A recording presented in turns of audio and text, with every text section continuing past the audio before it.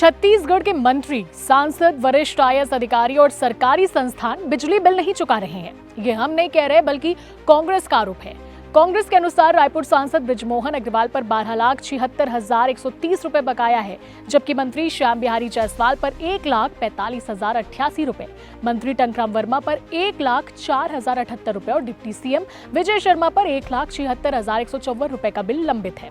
वहीं इसी तरह कई आईएएस अधिकारियों की भी लिस्ट है जिनका लाखों का बिल बकाया है।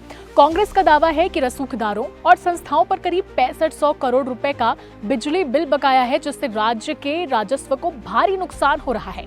इसे लेकर विपक्षी पार्टी कांग्रेस ने मुख्यमंत्री विष्णुदेव साय को पत्र लिखकर सरकार से जवाब मांगा है। उन्होंने कहा कि सत्ता और सिस्टम में बैठे लोग ही बकाया नहीं चुकाते। वहीं आम जनता से पूरी सख्ती से सवाल की जा रही है, आम लोगों पर बिजली दरें बढ़ाने का दबाव क्यों डाला जा रहा है। कांग्रेस ने मुख्यमंत्री साय से मांग की है कि सभी मंत्रियों, सांसदों, आईएएस अधिकारियों और सरकारी संस्थानों से बकाया बिल जो है वो तत्काल वसूला जाए और इसकी जानकारी सार्वजनिक की जाए। पार्टी का कहना है कि जब तक सरकार अपने सिस्टम में जवाबदेही तय नहीं करेगी, तब तक आम जनता पर बोझ डालना गलत है। ऐसी ही खबरों के लिए बने रहें सीजी भास्कर के साथ।